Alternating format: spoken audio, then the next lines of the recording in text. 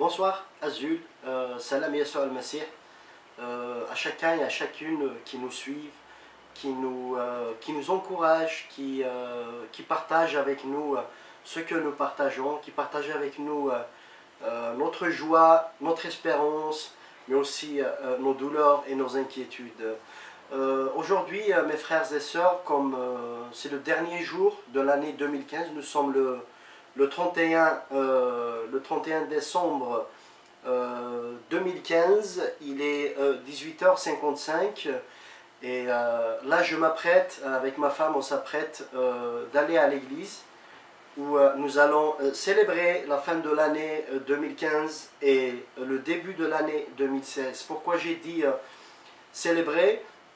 Donc c'est pour encourager quelques-uns, ou chacun et chacune de parmi vous, à ne pas pousser à l'extrême, ne pas dire fêter des fins d'année, fêter comme ça des occasions qui ne contredisent pas la parole de Dieu, qui ne contredisent pas la Bible et les enseignements du Seigneur Jésus. C'est lui qui nous a dit réjouissez-vous avec ceux qui se réjouissent et pleurez avec ceux qui pleurent.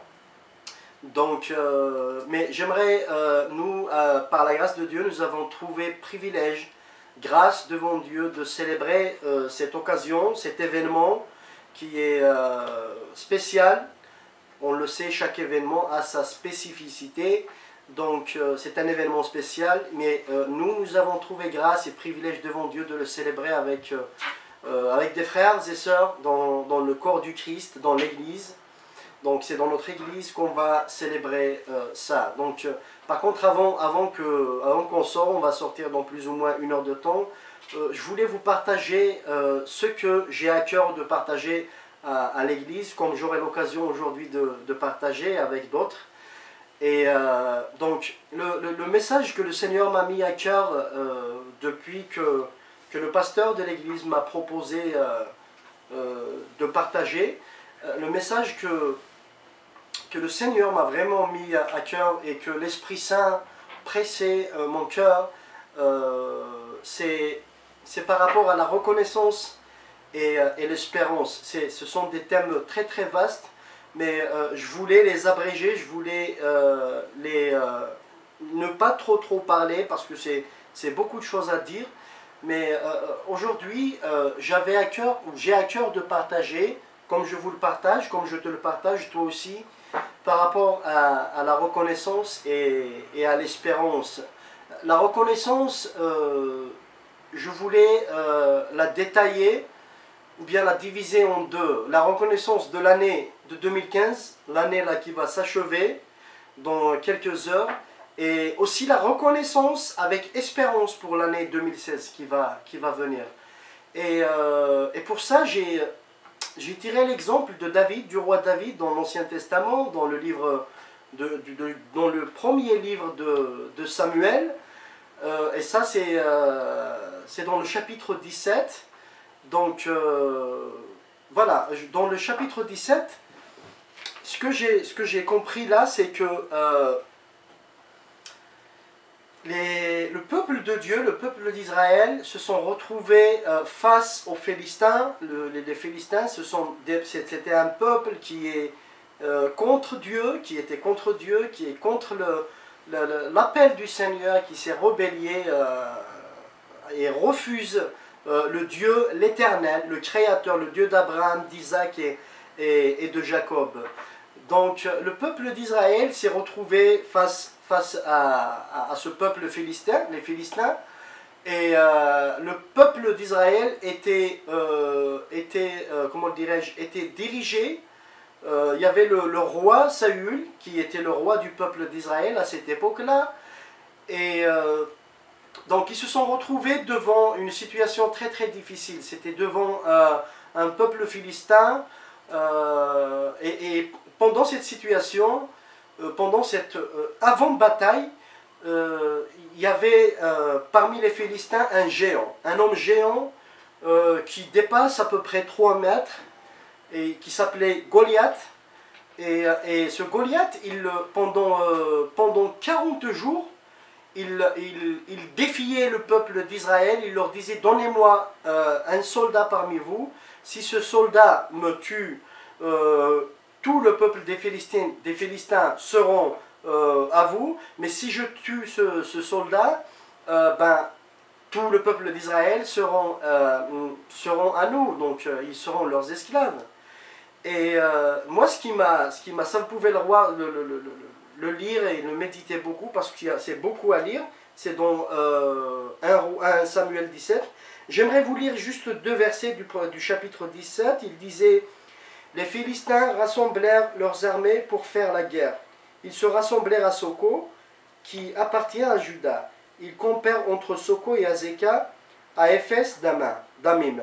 Saül et les hommes d'Israël se rassemblèrent aussi. Ils campèrent dans la vallée de Éla, et ils se rangèrent en ordre de bataille pour affronter les Philistins.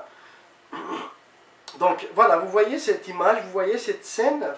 Vous imaginez un homme géant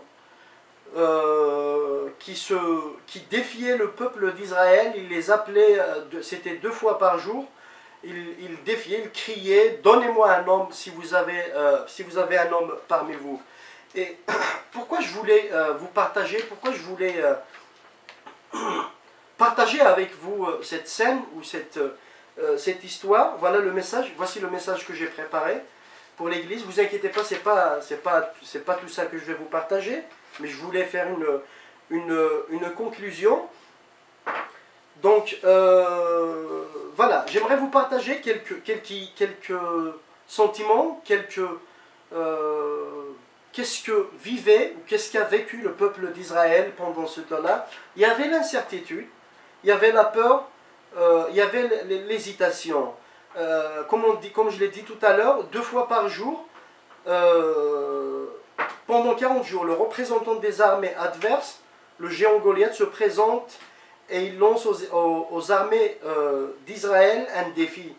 Donnez-moi un homme, nous nous battrons ensemble. S'il triomphe de moi, nous vous serons assujettis. Si je triomphe de lui, c'est vous qui serez assujettis. Donc la Bible, elle a dit qu'ils étaient tous effrayés. Abner, c'était le chef des armées, c'était pas le roi, c'était le chef des armées. Il avait peur. Saül, le roi d'Israël, le roi lui-même, qui a vu la main de Dieu avant, était effrayé. Vous imaginez qu'on les plus forts ou qu'on les responsables dans une armée, on voit les responsables en peur. Bien sûr on va utiliser le mot les plus petits. Je parle des soldats, de tous ceux qui y étaient avec eux. Bien sûr qu'ils auraient peur. Mais et pourtant, ils ont vraiment vu Dieu agir. Le peuple d'Israël a vraiment vu Dieu agir dans leur vie pendant les batailles et tout. Et ils ont entendu aussi du Dieu, de l'Éternel, comment il a pu sauver son peuple du joug de l'Égypte, comment il les a fait sortir de l'Égypte, comment il a ouvert la mer rouge devant eux, comment il leur a donné à manger dans le désert, et tellement d'histoires. Mais j'aimerais vous encourager par rapport à une situation qui est arrivée pendant toute cette histoire, pendant tout cet événement. Il y avait un jeune qui s'appelait David, c'était un berger, et pendant ce moment-là, son père, lui il était loin, son père l'a envoyé, lui a dit, viens, va et porte un peu de pain, un peu de nourriture pour tes frères, parce que David avait 3 frères dans cette armée, et bon, un peu de fromage aussi pour Abner qui est le chef de l'armée. Et quand David est arrivé vers cette armée, vers l'armée de Dieu, vers l'armée du peuple de Dieu, il est arrivé au moment où le peuple était effrayé, ils entendaient le géant Goliath qui les défiait et tout. Et donc il a cherché à comprendre, c'est qui cet homme, qu'est-ce qui se passe et tout. Et quand son grand frère a entendu parler, il lui a dit, mais de quoi tu parles toi? De quoi tu te mêles? Toi t'es petit, tu n'es pas soldat, tu n'as pas d'expérience, nous sommes des soldats. Et à l'occasion, David avait à cette époque-là plus ou moins entre 14 et 17 ans. Et c'était un berger, il surveillait les brebis, il surveillait le troupeau de son père. mais là, David, quand il a vu ce qui est arrivé, il est allé, il a proposé à Saül, il lui a dit, mon roi, laissez-moi aller confronter ce géant, cet homme géant. Et Saül lui a dit, écoute, t'es petit, voilà, t'es petit, mais tu ne pourras pas l'affronter, peut-être il lui arrivera comme ça au bassin, ou on va dire un petit peu plus comme ça, mais vous imaginez un jeune entre 14 et 17 ans devant un homme de 3 mètres, un soldat, un meneur de l'armée des Philistins. Mais moi, ce qui m'a plu, et c'est ce que je voulais partager par rapport au thème d'aujourd'hui, c'est David. Regardez ce qu'il a dit dans le verset 33. Ton serviteur faisait paître les brebis de son père. Et quand un lion ou un ours venait en enlever une de troupeau, je courais après lui, je le frappais, et je l'arrachais, et j'arrachais la brebis de sa gueule. S'il s'adressait contre moi, je le saisissais par la gorge, et je le frappais, et je le tuais. C'est ainsi que ton serviteur a terrassé le lion et l'ours. Et il en sera du même de ce Philistin, de cet incirconcis, comme l'un d'eux, car il a insulté l'armée du Dieu vivant. David dit encore, l'Éternel qui m'a délivré de la griffe du lion et de la patte de l'ours, me délivrera aussi de la main de ce Philistin. Et Saül dit à David, va et que l'Éternel soit avec toi. Va et que l'Éternel soit avec toi. Et on sait tous comment l'histoire s'est terminée. David s'est vu, il s'est retrouvé face à face à Goliath et avec une simple pierre, il l'a tué. Et pourquoi je vous l'ai dit tout à l'heure, pourquoi j'avais à cœur de vous partager ça, c'est par rapport à David. David, il s'est rappelé de comment Dieu était avec lui face à l'ours et face au lion. Et David, d'une manière, là, il a été reconnaissant. Il a été reconnaissant, il s'est rappelé que Dieu était avec lui. Et le Dieu qui était avec lui, et l'a été avec lui pendant Goliath. Et c'est ce qui s'est... Et là, on voit le fruit de la reconnaissance. David a été reconnaissant, il s'est rappelé. Et cette reconnaissance, c'est comme si elle l'a alimenté. Elle lui a donné courage. Il a vu Dieu agir dans son passé. Et c'est ce qui lui a donné la certitude et la conviction que Dieu serait avec lui face à Goliath. Et c'est la même chose pour nous. On s'apprête à l'année, au début de l'année 2016, dans quelques heures, et comment je vais dire, c'est pas que je vais prophétiser, mais on le sait bien. On le sait bien qu'il y aura des moments difficiles dans les moments à venir, qu'il y aura de l'oppression. La Bible a tout dit par rapport à la fin des temps, et on est au commencement de la fin des temps. Donc, on ne sait pas. On ne le sait pas quand le Seigneur Jésus reviendra.